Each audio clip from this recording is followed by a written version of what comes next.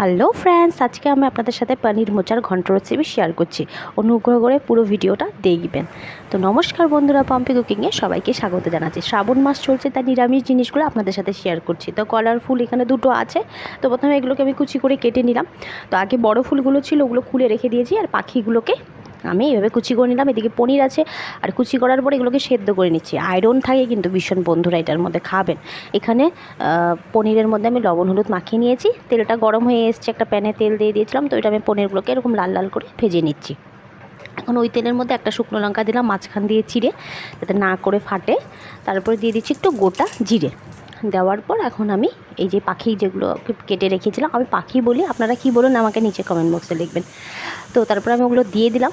দেওয়ার পরে তারপরে দিয়ে দিচ্ছি এখানে হলুদ গুঁড়ো পাউডার, জিরে গুঁড়ো পাউডার, তারপরে লবণ পরিমাণ মতন, তারপরে লঙ্কার গুঁড়ো, একটু চিনি দিয়ে দিলেই হলো। এখানে আমি ঘি আর গরম মশলা ইউজ করিনি, চাইলে আপনারা করতে পারেন। মশলাগুলো দিয়ে আমি ভালো করে মিক্স করে নিলাম। এখন ঢাকনাটা দিয়ে রাখলাম 3 মিনিট মতন। 3 মিনিট পর দেখুন জল ছেড়ে যায়, ঢাকনাটা খুলে দিলাম আমি। তারপরে এখন একটু নাড়িয়ে নিয়ে তারপরে পনিরগুলোকে দিয়ে দেবো ভেজে রাখা আগের থেকে। আজ রেসিপিগুলো ভালো লেগে থাকলে লাইক ও সাবস্ক্রাইব করতে ভুলবেন না। সবসময় ভালো থাকবেন, খুশিতে থাকবেন, পজিটিভ থাকবেন, আর সবাইকে খুশি রাখবেন। এখন আমি কাজু বাটা দিয়ে দিলাম।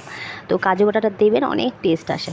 তো কাজু বাটাটা দিয়ে একটু নাড়িয়ে 1 মিনিট, তারপর ধনে পাতা কুচি আর পুদিনা পাতা কুচি দিয়ে দিলাম। ব্যাস, এখন একটু নাড়িয়ে চাড়িয়ে নিভিয়ে দিলেই হলো।